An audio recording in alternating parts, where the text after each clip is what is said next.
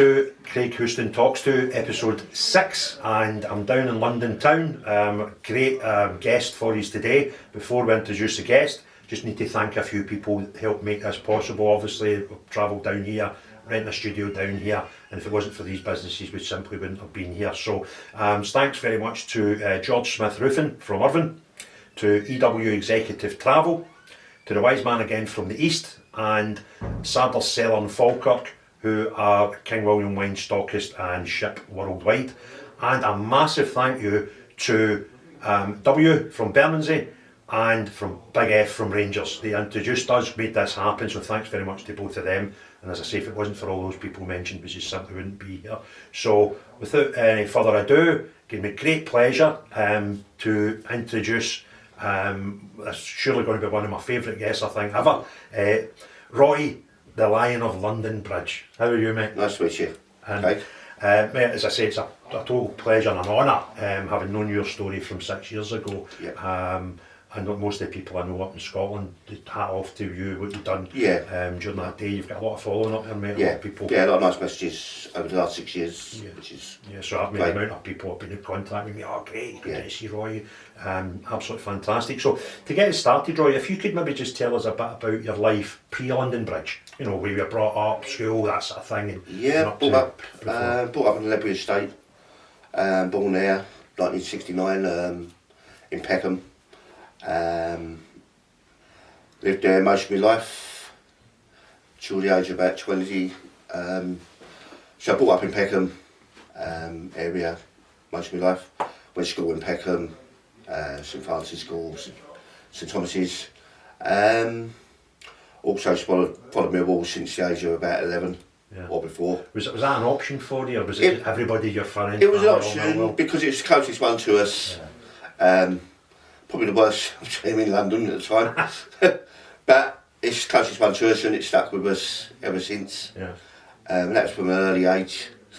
Brought up in Peckham, a council estate, which is we know, and it's good times. Yeah, people do tell you, I was brought up in a council estate in the outskirts of Glasgow, and people tell you it was a deprived area, but it was not deprived to me at the time. No, it's a good time to live. And I'd imagine same down here.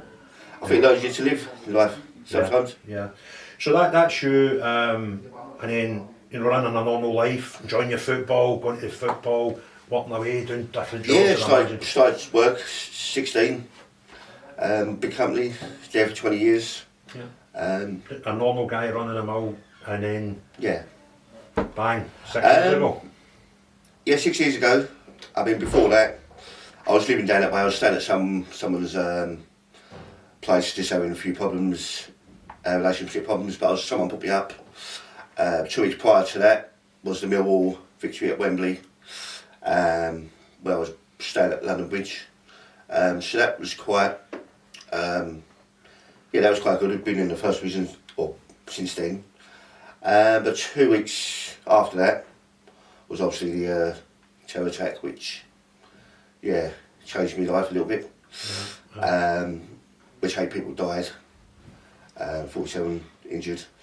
I mean, that year was a bad year with the Westminster terror attack, the one at Manchester, which had the 60th anniversary last week, was this week, sorry.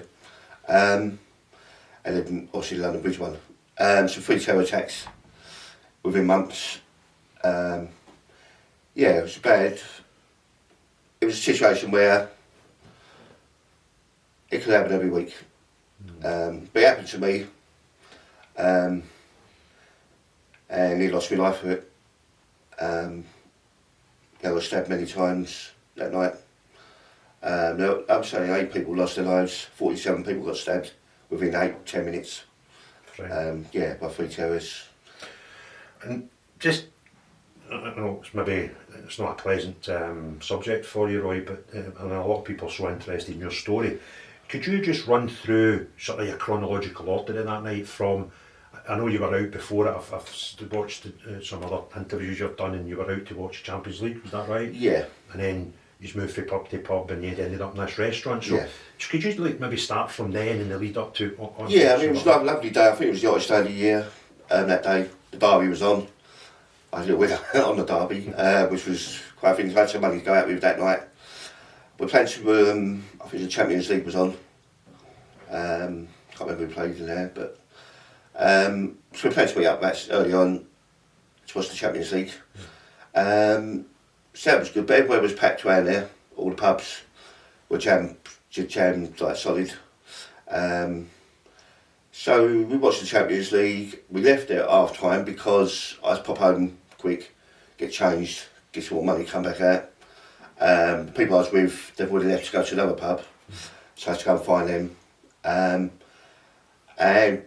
in the end, we went to a pub. We didn't even watch the end of the Champions League. We went to a pub called the Market Porter, which we knew the manager was with us anyway earlier on. So we was watching there. We was having a few drinks in there. It's come to about 9:30. I think the football finished by then, just finished, and before he was cleaning up. The staff were cleaning up. He asked us to go over to the Black and Blue, have a couple of drinks before he had to do his work or whatever. So that's the reason why we went over to there. I goes, alright, we'll have one more, as you do on the way home. And that one more nearly cost me my life, which we couldn't see what was going on beforehand.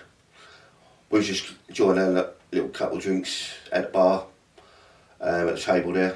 And it's only when we started noticing that people were panicking in the restaurant. Even then we still didn't know what was going on because it's quite a quiet place around there. Very busy, but very quiet area. And it wasn't until TRS with suicide belts kicked the door in, because one of the staff did notice something from the restaurant to the other place, and she tried to lock that door quick. She's trying to lock everybody in for safety. So she's seen something. She must have seen him going past that restaurant. So what time of the night is this, Roy? This is about nearly 10:10. Yeah. So she locked that, but they've kicked the door. They've come up then and kicked the door. And as they kicked the door, it's bent underneath, so they've climbed under. Now, people said, why didn't you do this? We're out of the way of seeing what's happening. We never knew what was going on. We never known what's gone on the last 10 minutes. But they've come through that little gap and they've climbed in. And that's when one of them started pulling that knife, stabbed me twice in succession as I got up. And that's when then I was just fighting for my life. And then the others joined in.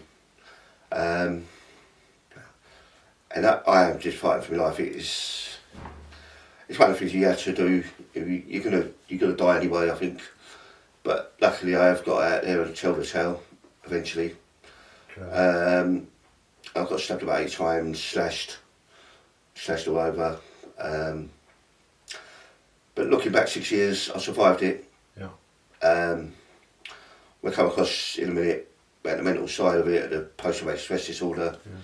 Which was 3 years after really got me. Yeah. It obviously quite a traumatic situation. Yeah. And it almost things happening instantly without time to react. Yeah. But can you remember much? I mean, obviously you've already told us about the guys who came in and stabbed you twice, and then the other two have came to help him. Can you remember much in detail from then, or does it a lot to you? Everyone's coming in to there when they stabbed me. I mean, as I got up and started in trying to fight, my glasses have gone. So that's another problem. But also, I'm just fighting for life, and then after about 45 seconds maybe, I was taking a good few stabbings more, pouring blood. I eventually began to run into the restaurant bit behind the wall. And luckily one of the doors was open where I went out of. Now I only knew that door was open when I saw the CCTV last year for the first time, because I never knew how I got out there. But I did get out there, that door was open, thank God. But also other people have, with me fighting them for 45 seconds, has loads of people to get out of the way. Yeah. Families with kids. A situation where, I say, it's easy now after so many years when I've had so many messages. If it weren't for me, other people would have died in there that night. Yeah. Not just myself, but... So, at the time, you're saying now it's 45 seconds, at the time it must have felt like an eternity. Oh yeah. Trying to, you've took on a guy, and am I right in saying the guy stabbed you, you've took him on, and that his two pals basically came back to help him, which would have gave the other people in the restaurant time to get out? It's because I was fighting the other two, thinking that the other blokes come back, otherwise if you went in straight into the other restaurant, and who knows what they could have done. Yeah. So, obviously, so you've had the initial, the guys came in and stabbed you, you've went ahead with him, his two pals have been distracted enough to come and try and give him some backup, and then you're in a bad way, and then you get to the door, and at this point, is everybody else managed to flee for safety? They have done, a lot of people. There was still some, I think, hiding under the table, what I know of, under the tables, because a lot of them were, some of them were hiding under the tables and that, which thank God they never got touched. But again, you probably gave the pause and time enough time for them to get out of sight. Incredible. So you fought the three of them, and again it felt like an eternity. At 45 seconds, if you're one of the other people in that restaurant and you're fleeing and fearing for your life, 45 seconds is a long time to get out. So you've given them that buffer. So you're now at the point where you've found a doorway to get out. What happens next? Can you remember? I can't remember where. I must have went over to the pub where I was before. I think it's called the Market Porter, because that's who the people I was with. And I was banging on the door, but no one would open the door. They must have run all upstairs, above the pub, who knows. And I'm pouring the blood at this time. So I started walking down towards, just walking off, staggering off from that pub. I see I see an ambulance car pull up. Slowly walk to there because I remember the blue lights. Because my eyes were, I was in and out of consciousness, plus I've had no glasses gone by then, pouring blood. I banged on the side of the ambulance window to help me, but he couldn't, he just drove off in the end. Wow. He drove off. I now know after the inquest that he was on another call. He didn't know who I was or whatever. But he drove off, and then I sort of went into lost consciousness again until might have been half a minute after, or not long after, that the police armed response turned there. Or whether I was on that corner flagging them down, within seconds then they'd shoot, because I see them terrorists were coming back towards me again. Wow. They was coming down that road. I mean, we're talking about 100 yards or so. So you've got the police coming towards them, the armed response, you're on the road struggling for your life, and 100 yards behind you, these three terrorists coming towards you again? Towards you again, Wow. Luckily the police got there first, and then the bullets started. I think 50 rounds of bullets they were fired. Flying over your head? I did, well, the other time it woke me up was, because I must be out of conscious, was one of them telling me get down, and I was pushing me down, I think, maybe. Is this just before the rounds start? Before the fight. You see, how did you get away from them? Obviously there was three on you in the restaurant, and then after I got out there, they must have been half a minute behind me, I reckon.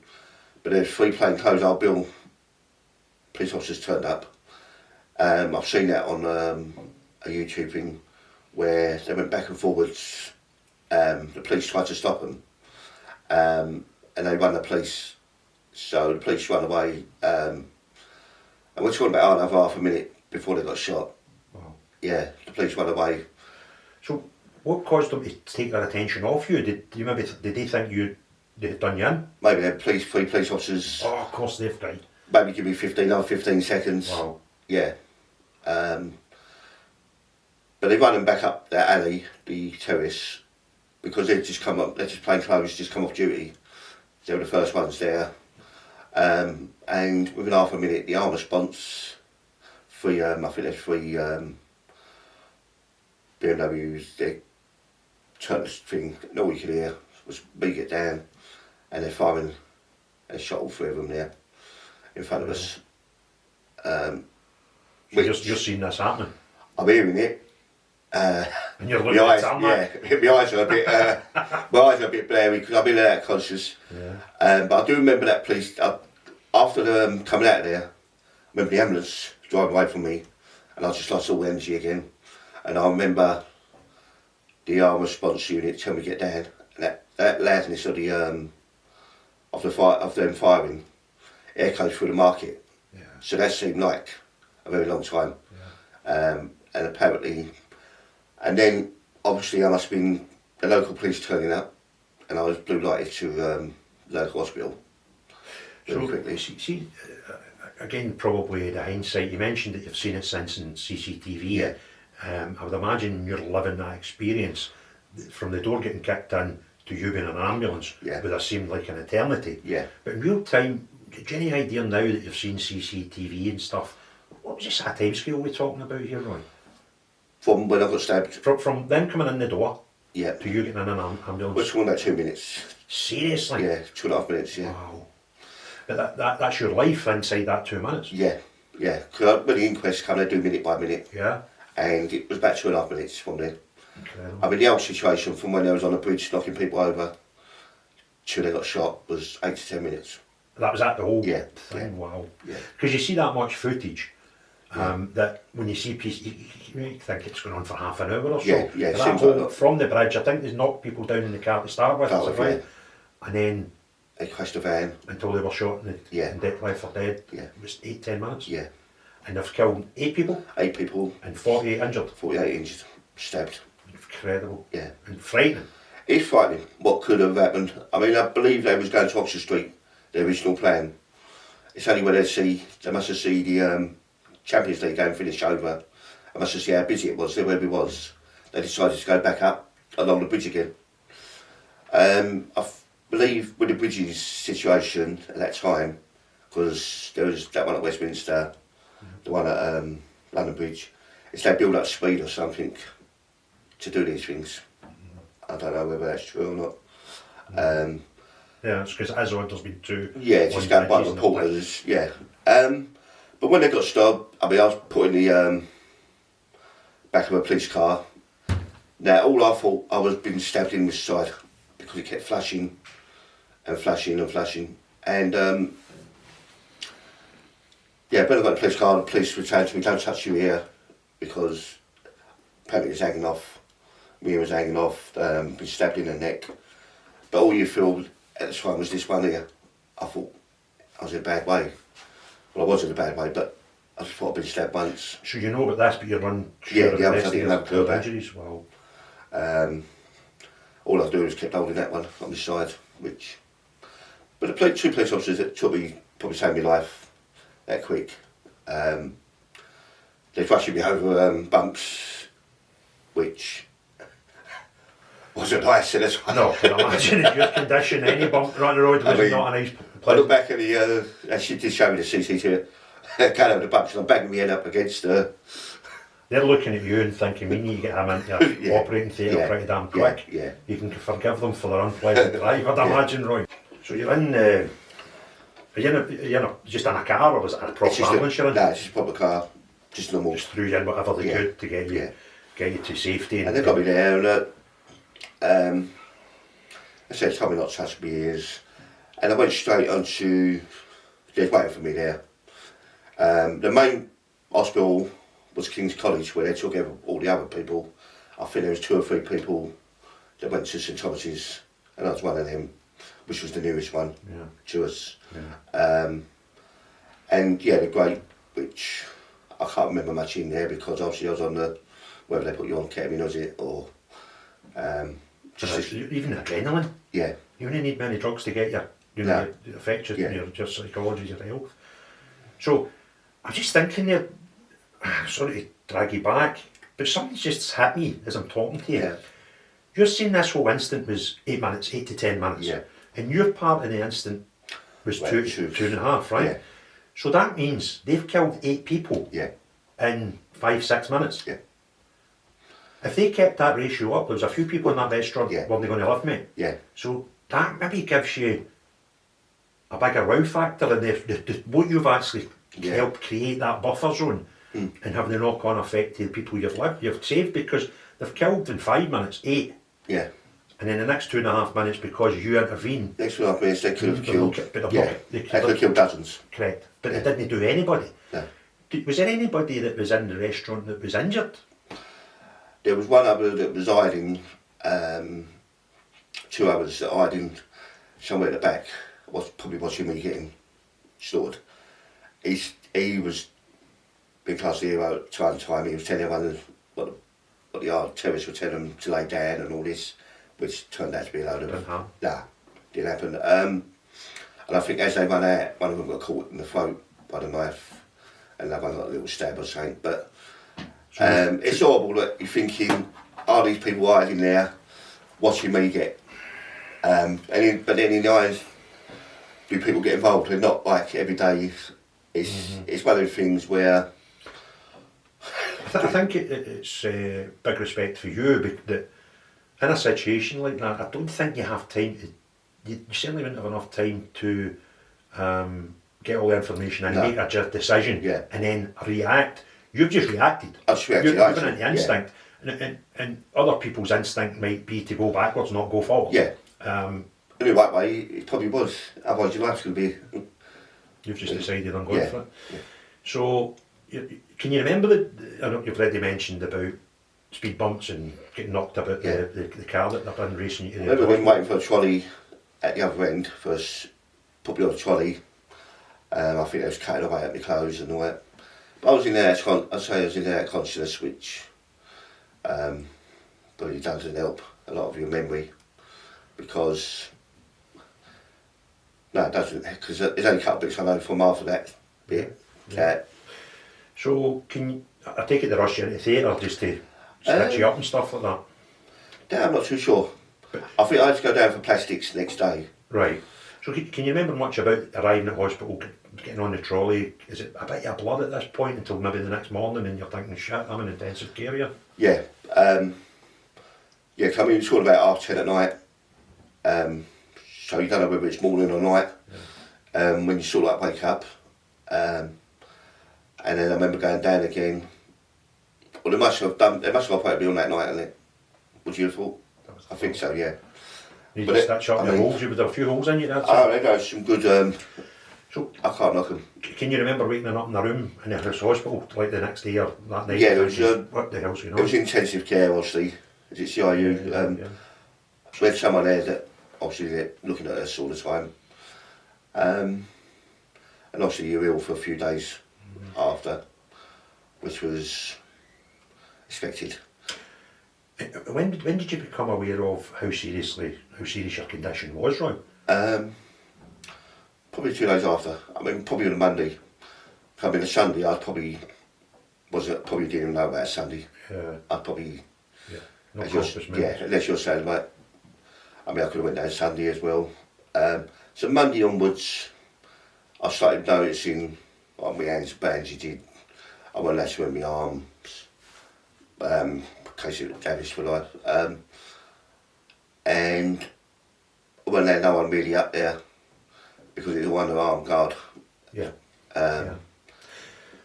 at that time they know there's 3 involved, but they don't know how many's behind them, so everybody's trying to keep for your safety. I went had no visits. The family not allowed up? There was a couple of people come up, which I don't really remember. There's a couple of people said they come in there. But I couldn't remember. I mean, I was obviously sleeping or probably didn't take it all in anyway. But for the Monday, then the Tuesday, the paper come out, the Sun, with the Patriot on Millwall headline. You're going to make up a tagline, mate. That's you couldn't think. You can't ask for a better headline. No, it's like that's your headstone. He was today. I was talking to the reporter sometimes, and he's a raw reporter now, so he's being good. You obviously didn't give the papers that line. So where did the newspapers get that from?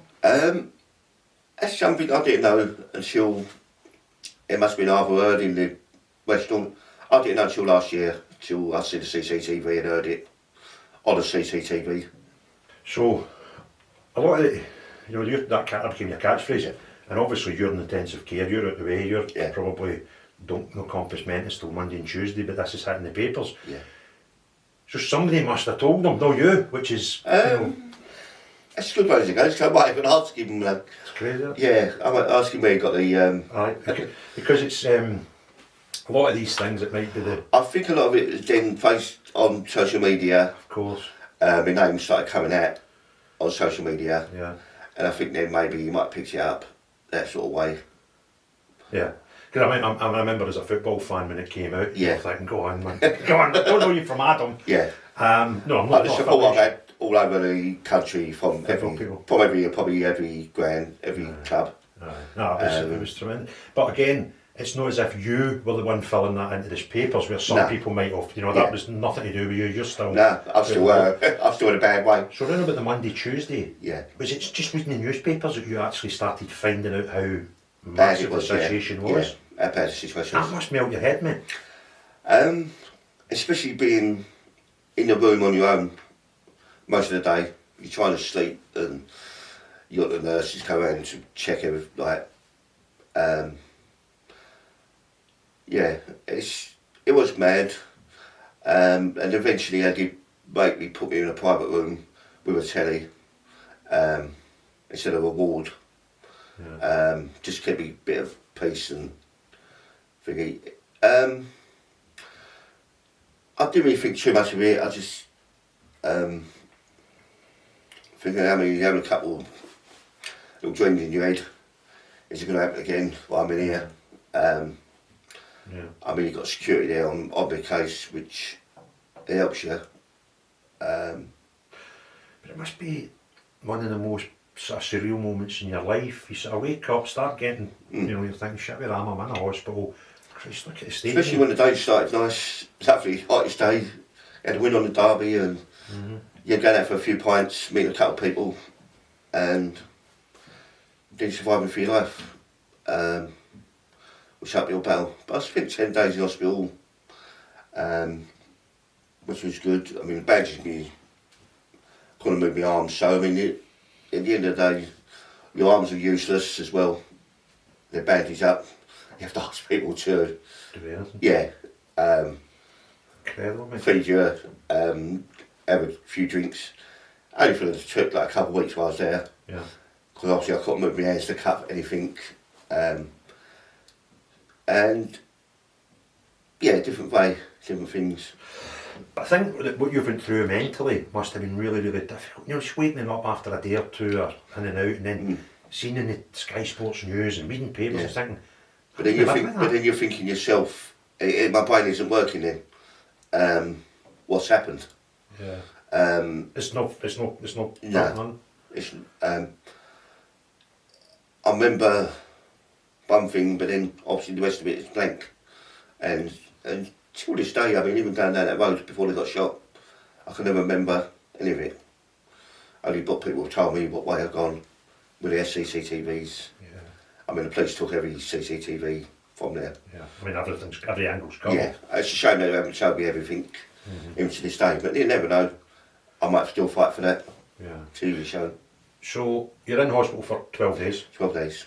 And then you come out, you're obviously still got, I can remember you being on like, Good Morning TV, some morning television shows and stuff. Good Morning Britain was, I think, on about the 10th day, a couple of days before I was released. Oh, did they take you from the hospital? They took me from the hospital. I was going down for surgery in the afternoon. Was that the one with Pierce? Yeah. They asked me to come on there. Wow. They done one where they talked to me on my phone. Okay. Quick. Then they asked me to come in. I had an operation in the late afternoon for my diaphragm. So I went in the morning, they picked me up and they dropped me back. You had to get permission from the hospital to do that. But I went on there 2 days before. I didn't realise that before you're actually released. Yeah, I had to get permission from the hospital. And again, that must be a surreal situation that you're... It was surreal, and also it was a relief that I wanted to get out there quick as well. Yeah. Just to get a bit of fresh air and and you're sitting there with TV cameras in a studio, Piers Morgan, you must be thinking, somebody's just changed the channel here, my whole life's... It's got a bit mad. I mean, I wish... Yeah, it's crazy. I mean, with Piers, you get what you got what you got. And that was all good to me. I can't knock the people that we done that thing for, we went in there. I spoke to Piers, I've been to his house afterwards. Yeah? Yeah, last year. I went over there. Yeah, but even the crew, when I was on that day, yeah, I only had about half hour there or something. That was all good to me. Made you feel welcome. Yeah, yeah. Because that is, obviously I'm 400 or 500 miles away at the time, and it was just crazy that this guy, there was other stories, there was other things happening, there was other, you know, this guy helped here and this guy helped here, but it was a Roy story. Yeah. And I don't think, to be fair to you, I don't think it was just the fuck you, I'm Millwall. Yeah. I think if that was the headline, yeah, and that's what everybody remembers. But I think if you'd have taken that line out, yeah, your story was just so wow. Yeah. So powerful. I mean, it's a powerful story, which and you know, and it's just, and then you were on the telly, and then you're like, this guy's a legend. Yeah. And then nothing prepares you for that. No. You didn't decide to become famous and practice being a singer for 20 years and then became a famous singer. Right, yeah. You went to the pub a normal guy that night to watch the Champions League with your mates. Yeah. And then, as quick as that, your life changed. Changes. You're then flung in the media, and how did you cope with that? Where was your head? It was all over the place. Even thinking about terrorists all the time and will it happen again? Because I'm now, my name's and my face is in the papers. There's still the terror thing is quite high. Okay. My name's been put up as saving up as an hero. Yeah. Am I going to be next on this thing? Mm-hmm. The police weren't very helpful. Things like that. It was a fighting battle. It's a fighting battle that started, the post-traumatic stress disorder started coming in. Started coming in quite badly. I moved down the coast, eventually get out of London, get away from it all. And then being on your own, it made things worse. Well, I mean, your mental health must have been in pieces at the time. Yeah, because wherever you go and people want to know, then talking to you. And your head's all over the place, you couldn't even look at people. I can imagine and I can only imagine, at times you must just have wanted to think, you know, just shut up. Just stop the world. Yeah. But everywhere you go for months, maybe years after it, everybody wants to do what I've just done in the last 20 to 30 minutes. Tell me about that night. Yeah. And I think now you're 6 years down your journey, you seem very comfortable talking about it. Yeah. But back then it must have been I horrific couldn't for talk you. to you. You couldn't even stare. I couldn't even look at you in the face, or I just want to look away from people and just don't want to be around people. Yeah. It's a horrible feeling. Really horrible. I reckon if I was weak, people commit suicide, doing anything, just get away.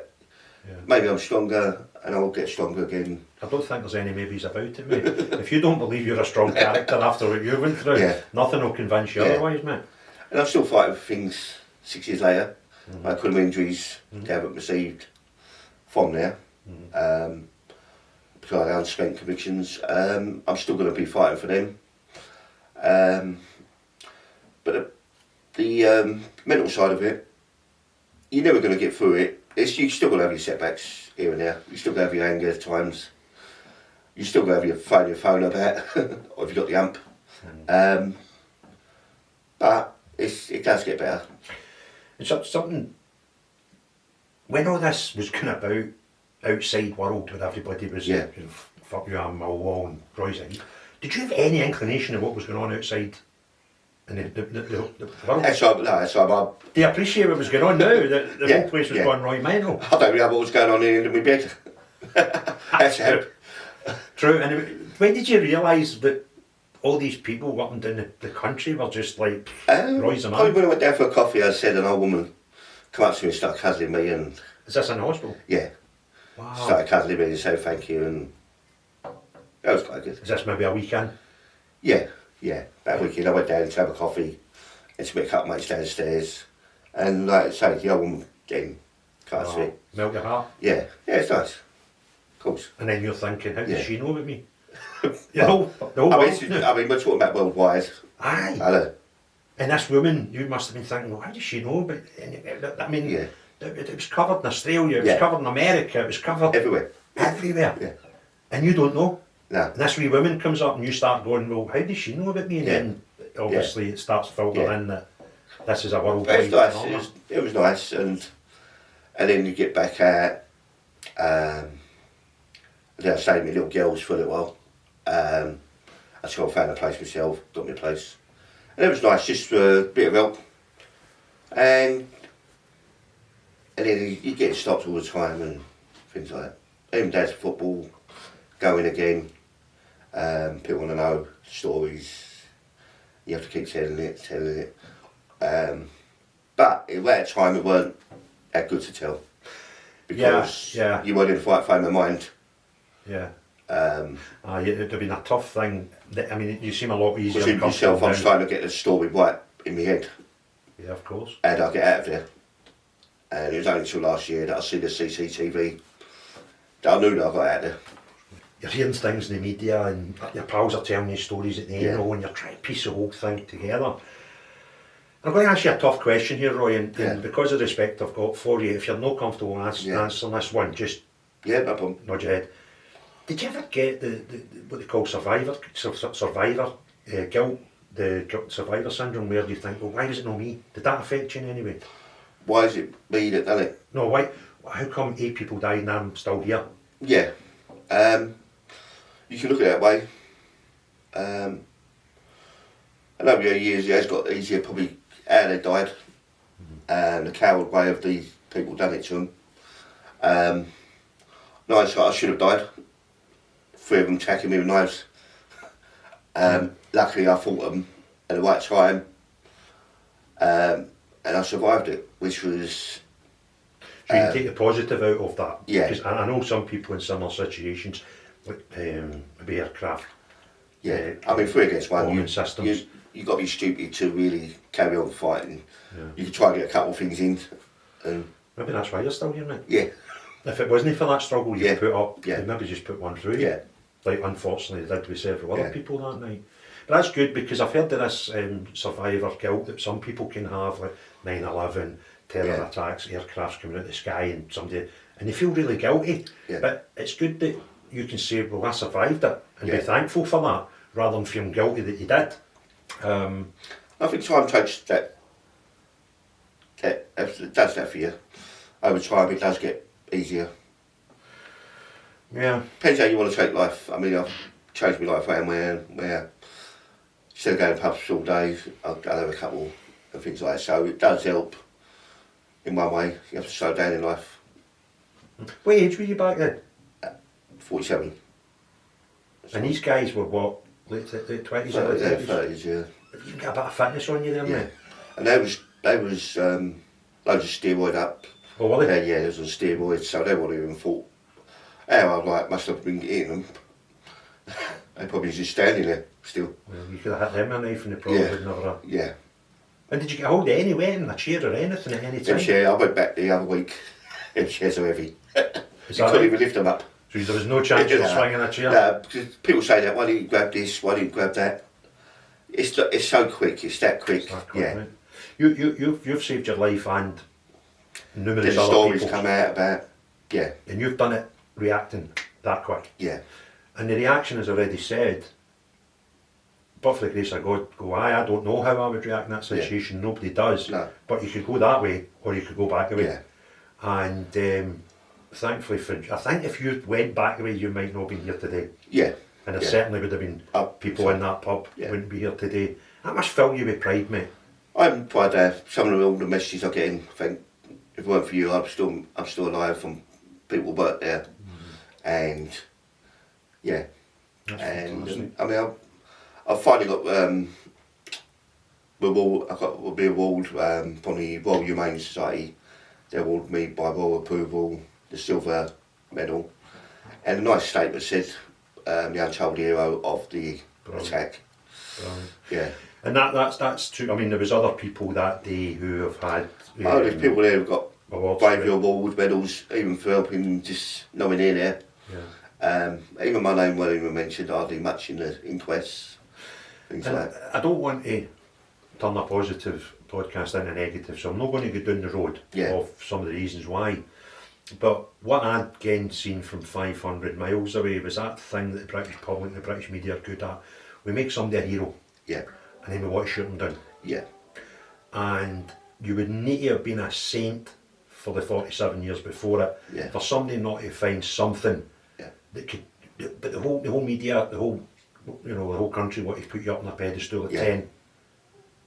And then somebody somewhere says, "Oh, do you know what? Let's see if we can make him a 7 or 8 or a 6 or 5." And they did do that after that little thing with the dogs at the Elephant Castle.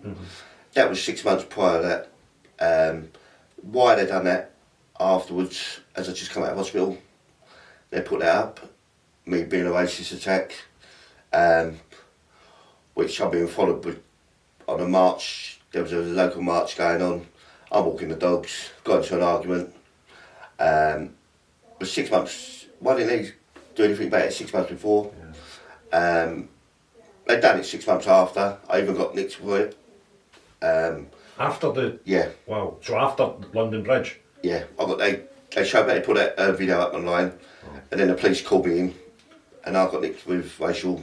They didn't go anywhere though, did it? Yeah, I got caught. But you never got never got guilty, did you? Yeah, got guilty. For that? Yeah, I've seen the video. yeah. I know. Wow. Yeah, I got a fine, I think. And then that plays on your head, you got that. Then you try to fight for help. I've gone to the local MP, where they said something to him. He's reported it. Got a 2-year banning order from anywhere in Southwark. So everything was piling up again. You're meant to be. But this is at a time when you're probably dealing with post-traumatic stress without any help. No. And all that shite's getting flung on top of you. Yeah. It was only last year that I actually got help with psychiatrists, which was quite good. We went over things. This is 5 years later. 5 years later. Which should be done straight away. Of course it should. Should have done. If you were a police officer or a fireman or an ambulance driver or a paramedic, and you had the injuries and you went through the experiences you had that night, you'd have probably got as much help and support you could probably cope with or want. But because you were a member of the public, you get nothing. Nothing. It's wrong. Yeah, it was wrong. It's wrong. Do you know something, mate? This is something I'm picking up just through talking to you. I hold you in so much admiration for what you've done that night, right? That's heroic. Yeah. But see now, the moment I speak to you and I'm learning your story, I've got equal admiration that you actually made it after that as well. Because, I've had issues, I think it's a lot of people these days have issues with mental health, or know people that have issues with mental health. So see from the incident, over the next 3, 4, 5 years, however long it took you to get to the police yard just now, that's an admirable journey, mate. Yeah. Hat off to you, without really any help, and if anything, the total opposite. You're getting folks shiting on you from very high above with these stupid cases and refusing your compensation and trying to make you out in the public as a bad person. Hat off to you, mate. I don't know how you've coped with that. It was a battle, and I've coped with it. And hopefully now we'll start enjoying life and everyday life, normal. Incredible. I'm still fighting for things, as you know. Yeah. So, was it right you were on some ISIS list at some point? Or how does that news get delivered to you? It was because I was being looked after by Prevent. Now, Prevent come on to me, said, because I said something at probation, they decided they wanted to send me on courses. Now, Prevent is for people who they believe have been radicalised. This isn't a support group for people that have been involved in the other end of the terror attack. This Prevent is a programme there is to try and de-radicalise people. Which has been a very bad programme lately, isn't it? And you get put on that. I mean, that's insane. Yeah. Surely. Yeah. The bloke we used to do the courses with, we used to talk about football instead of actually, because he said they should be helping you socially more than putting you on these things, helping you find somewhere to live. And so is it the society in the UK the only really thing that you got out of this was to get put in a course for people that are radicalised. Yeah. This is just bonkers, It's mate. mad. And how long after the incident is this It's prevent stuff? the year after. Well, Yeah, it started. and through that, you then found out that you were a risk, or potentially a risk. Yeah. And what support did you get at that point? No. Nothing. Stones may be looking after me as well, and just nothing. They caused more probably trouble than whatever they did. So they've dropped this bombshell that you maybe not considered. You could now be a potential target for a very, very scary group of people. Yeah. And will not help you. Yeah. Or it could be getting it wrong and it's in my head. That do I go out? Do I keep looking over my shoulder all the time? Well, I've just walked the length of what's the name of that? Stockwell Street with you. You know, a good 5-10 minute walk. Yeah. I didn't see a paranoid man. No. I didn't see somebody that was scared. So you've finished that journey. You're in a nice place with that now. Yeah. That's before. If I see 3 blokes with beards across the road, I maybe would have walked over the other side of the road. That's how much it hit me. And that's not a racist thing, that's a factual thing, because the guys that night were dressed in a way and fashioned in a way that you would have that ingrained in your head. If the guy had came at you who was dressed up as Mickey Mouse, then you'd be probably scared of Mickey Mouse, you know, at least a bit cautious of Mickey Mouse for a few years after it. So, you know, I think the way even that gets portrayed sometimes. It does, it is your brain a little bit where some people maybe that wouldn't even recognise. It does it, yeah. But we've gone past all them. We've gone past it. The only damage I've got in my brain now is watching Millwall. How are they doing, alright? Was until the other week. We had a chance for the playoffs and we blew it. Right. See, after the terror, so it's happened in the Champions League, so it's the end of the season basically. 2017, yeah. And then we've got a couple of months with no football. Yeah. When were you fit enough to go back to the football? I went the first home game. They give me next season? They put us all on a pitch. So that'd be what, the August? Yeah, they put us on a pitch, give us a medal. Millwall did? Yeah, for the chairman. Wow. That was quite nice. That was quite nice. Went a couple of away games. Few home. Then the home games started coming in a bit much, where you're missing after football.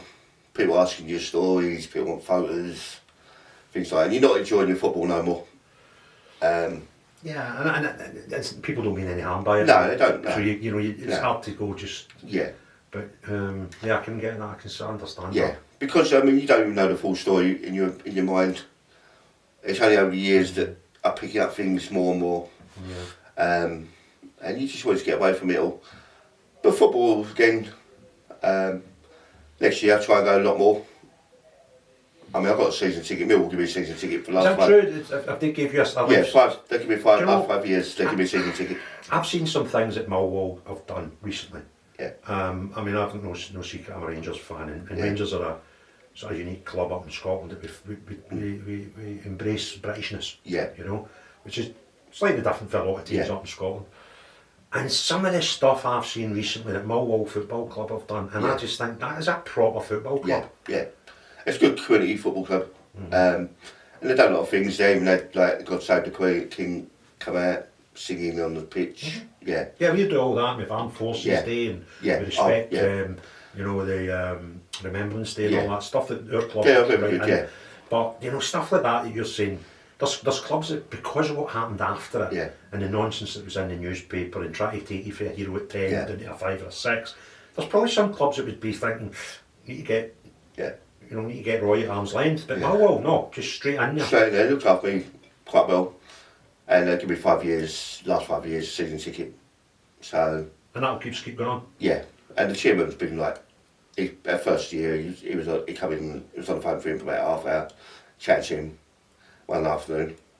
So, it's all good. You went originally and then, got a bit tough because everybody's wanting to talk about a situation that you're wanting out your mind. I can totally understand why you could maybe stop and come away from it. But nowadays... Now I've done all the home games. It's quite easy. I've got to try, if I do after-away games next year, I'll be happy. Yeah. Is there anybody at Millwall doesn't know you? No. All these ex-players and stuff, everybody knows Roy. Yeah. Incredible, isn't it? It's nice, isn't it? Oh, God, I bet it is. And listen, well deserved. Yeah. You know, when I was telling some of my pals who I was coming down to London to interview, they're all like, wow. No, nobody had. It's funny because I never had to say Roy, and then you know, we said, and then, you know, the line at London Bridge. Yeah. You got to meet Roy. Yeah. We're talking about 6 years later, mate. The guys that are 500 miles away. Yeah. It's not mad. I mean, actually, I got the Royal Humane Society medal. Have you actually got that now? I'll get it next year, I think. I think they just missed out on this year's presentation. But also the George Cross has been nominated for the George Cross again, which I've got a lot of support for that. Good. I'm going to see an MP tomorrow to try and get more support. Mm-hmm. And how can people support that? Is it if you write to the honours list, honours society, the honours office, and just nominate myself. Has there people from that night been given that award? Yeah. For doing less? Yeah. I'll bet. Yeah. 3 police officers have been given that award. 2 years after, there was convicts on a day release, they've been given the Gantry Awards. So did your convict on day release? Yeah. Got an award before you? Yeah. And that was 3 years after my one. So, I mean, we'll still fight. We'll keep fighting. Yeah. I'm quite confident I'll get there in the end. What we'll do once the video's all edited online, we'll put some stuff out so that the folk up north can, you know, and wider audience can maybe pick up on that. They're maybe not aware of these things, because that's good that the public can get behind you with that. Yeah. And that'd be nice. But things are eventually coming. I mean, in life, you do want them relaxing days. You do want a normal life and things. And it's nice to people stop you in the street. I've got time for people. Give them 5-10 minutes. Why not? Now that you can cope with it. Yeah. Yeah. I can totally understand what you're saying. Yeah, thank you for the messages. Yeah. And while we're on here, I mean, if anyone else sent me messages, I appreciate every one of them. Because having been inside some dark areas myself, sometimes people say the nicest thing without them realising. If you say like thank you, it's something as simple as a thank you just now when you're on a normal even keel, have a little positive to you. You see when you're down there, sometimes that thank you can have a dynamic effect on your state of health. Well, I just listen to stories where people have said that they was in there that night with me. Incredible. And I'm thinking, you're lying. Seriously? Yeah, and I'm thinking like, I haven't got the strength to tell you that you're lying. Why would you say you was with me that night? It's all different stories that have been passed over the years, and it's crazy. And have you met any of the people that were in that restaurant that night since? Any of these strangers to you before? There was a couple of stallholders I known for a while. There was one bloke with us, he died 2 years after that one, an old bloke. He was in your company? He was in your company. That's probably why I stood where I was, I think. Serious? I think I mentioned that before, somewhere straight after. Because he's out at the time. Yeah, when I was in the CCTV, I looked over one shoulder to make sure. I think he was there, yeah. So I think that was mainly why. Because he was quite old. But poor sod died of cancer a couple of years after. But I still talk to his boy and that. Do you think that was in your subconscious that he was there, he was ill at the time? I think so. I mean, fair play. I think so. The way I looked over the shoulder. So, this CCTV, when did you see this stuff? Was this like 2 years ago? Last year. Wow. Last year. What impact does that have in your head? I don't believe they still show me all of it. They still haven't shown me all of it. Where down that road where the four got shot. Might be some reasons, I don't know. But have you seen the footage from inside the restaurant? Inside the restaurant, yeah. Now you're watching yourself getting chopped up, mate. Yeah. How'd you cope with that? It's something I wanted to do.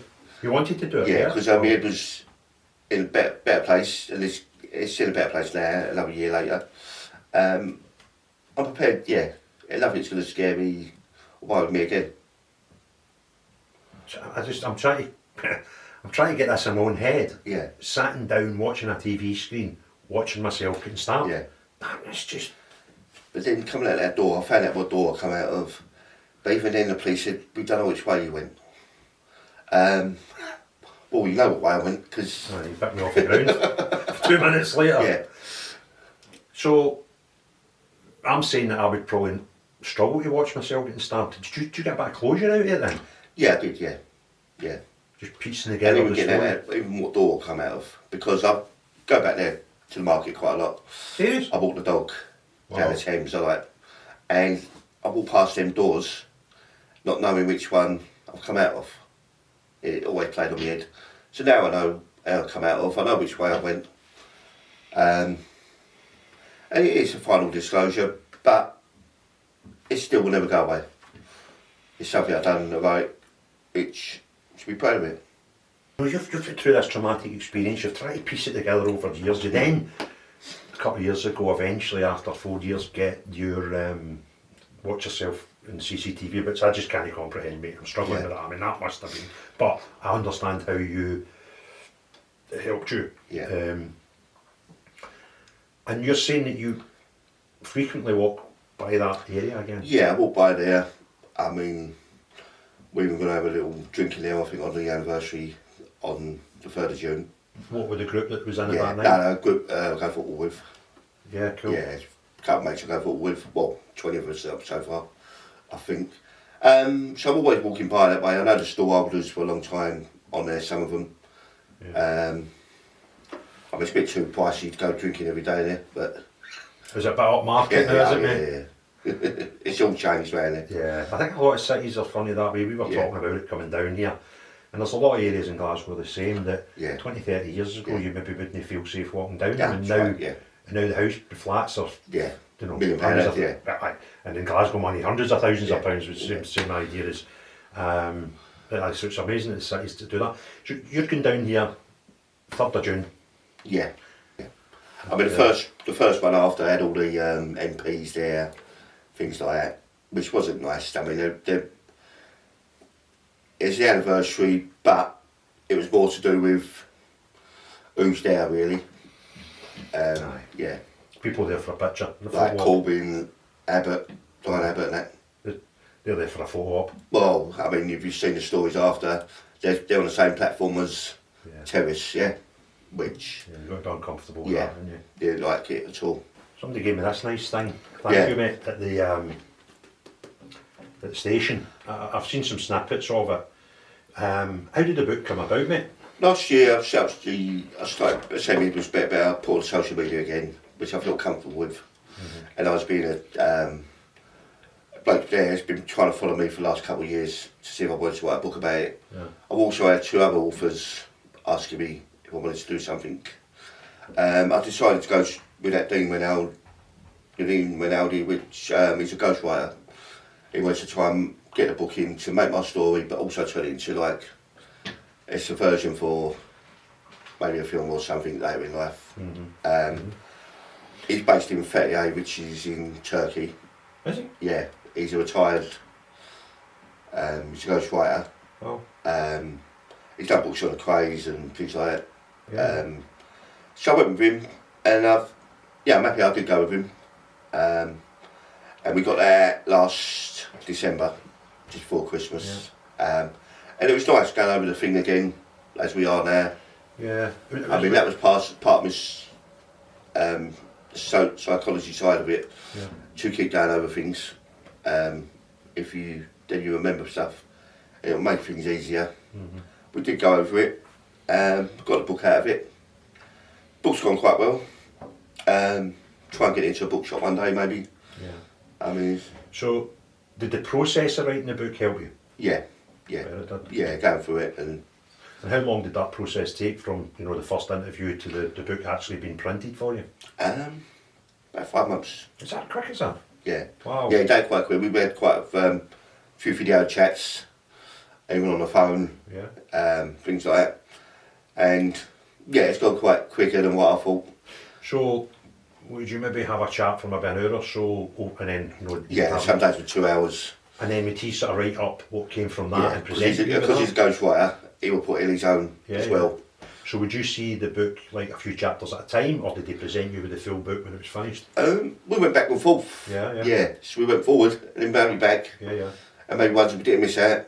And then there's ones where probably wish I'd have maybe put that in instead of that one or things like that. And he was trying to get out for Christmas, for the Christmas big book. The process helped. Yeah, it's all good. And you're proud of the book? Yeah. Quite happy with the way it finished? Yeah. Okay, well, I think he's done brilliant. Like, he's come out quite well. Yeah. It must have been a good repair thing for you as well, Yeah. just getting that process. And do you feel, I mean, I don't think you can ever get back to Roy before that Roy ever again. No. I think your life, in the split second, your life was never going to be the same again. No. Because of the courage and the story getting out and whatever. But do you feel mentally, you're back a lot to, better, yeah. Are you comfortable with you now? And I know that I don't want any stress in life. If I have any stress, I know still probably deal with it and don't go backwards, and as long as I have a nice holiday year and relax. My football's always got to be on. Millwall never give you a relaxing time. Football fans, mate, it's, it's part of the journey, it's a roller coaster.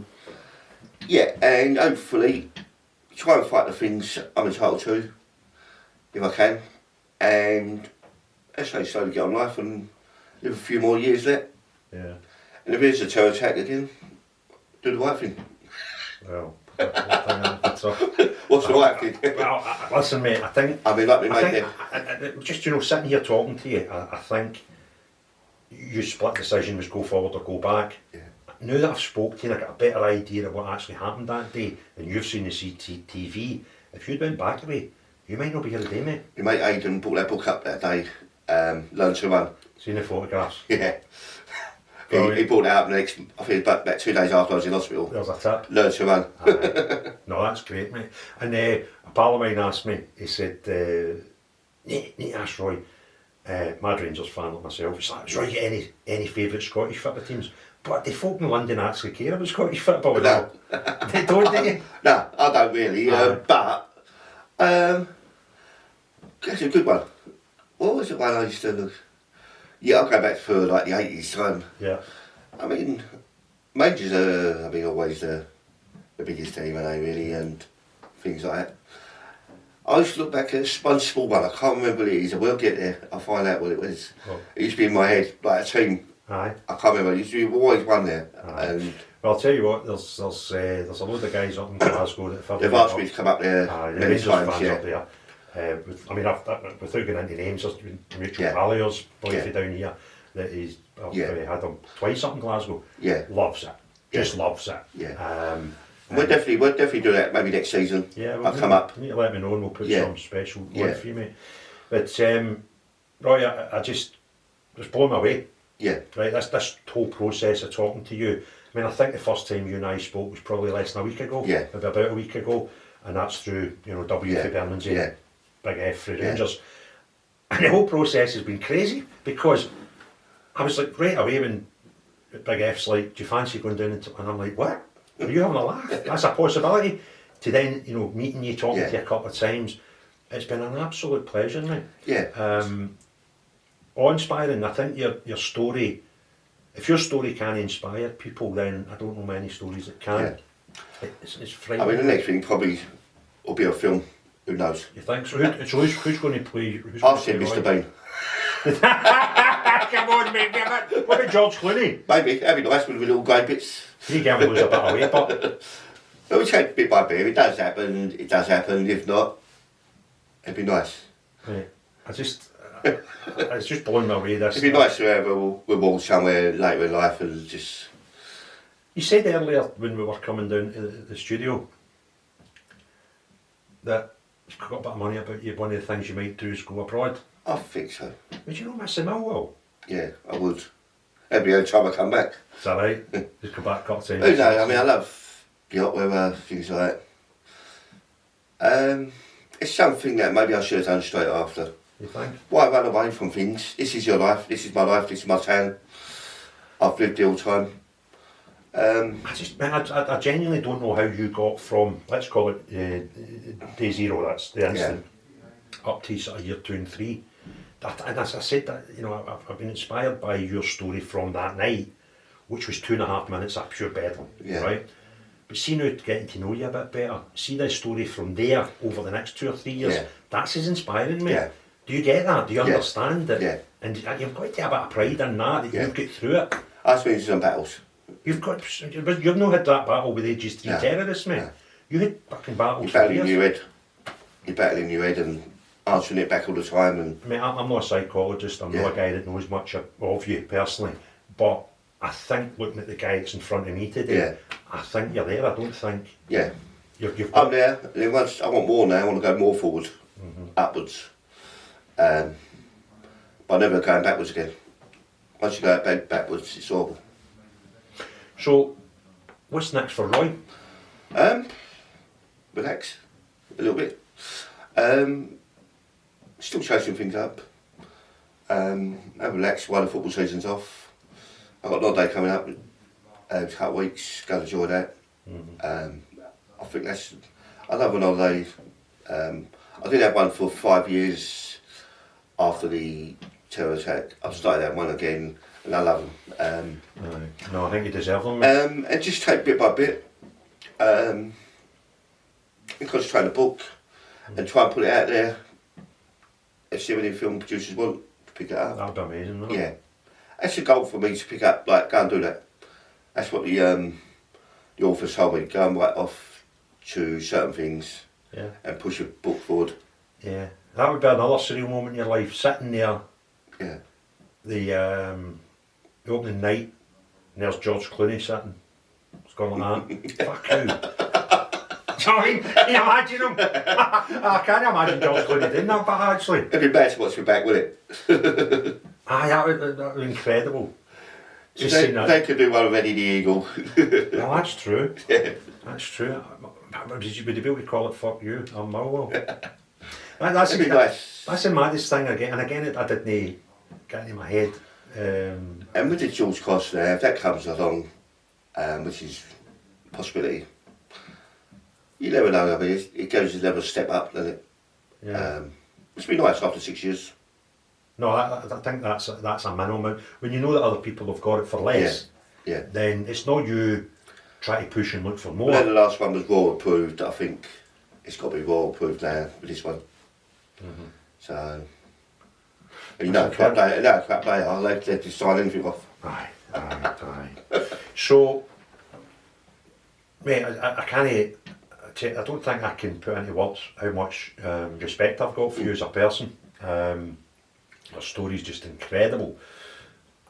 If you could go back to that day 6 years ago, and not necessarily just on that day, but is there anything you would change between then and now? You can't. I don't think it's the way it's gone. I don't think you can look back and change. It's happened. The other things have happened go backwards, whether they're my fault or not, as well. No help. No, you can look back and there were the bad days afterwards. Just go forward. Just keep going forward.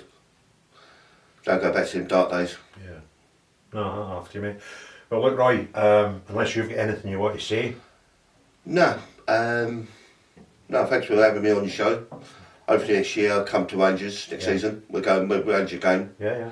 I'll come up for the weekend. And it'd be nice to say thank you to a couple of people up there that have a lot of messages, support from up there as well. Yeah, no, I bet you have. No, that would be great. So thank you to everyone up there. But no, mate, I think your story, it's awe-inspiring, it's crazy, it's bizarre, it's surreal, it's so many stuff. And I feel as if I'm trying to oversell this, I'm not, but I had so much respect and awe for you before coming down. But this thing's just hit my head. Yeah. The fight you had on that night was incredible. And then afterwards. Right? But the fight you've had from then for the next maybe 3-4 years, at least, are as incredible. And still maybe for the next year or two, trying to fight for things. Yeah, but no, mate, I think, as I say, I'm not a psychologist, but the guy in front of me looks a well-balanced guy that's fought his demons. Probably why I got so bad bloody blood pressure. Your blood pressure. I think I see a comfortable guy that's comfortable now. Yeah. Whereas, 2 years ago, a year after it, these things would get your back, head up. Get back normal or above. But don't go too far, too quick. Just keep on the level I'm on. I'm happy. Great. One last thing. What's your proudest moment so far? In In since life? then, Yeah. probably on my daughter. Good. So well, and then obviously that'll be the more messages I've read about how many more people I've saved. Even though myself, it's good. It's good. Incredible. Well, mate, Yeah. listen, I think we're pals for life now. No problem. Love you to bits, mate. Appreciate You're it. an absolute star. Thank you. All right.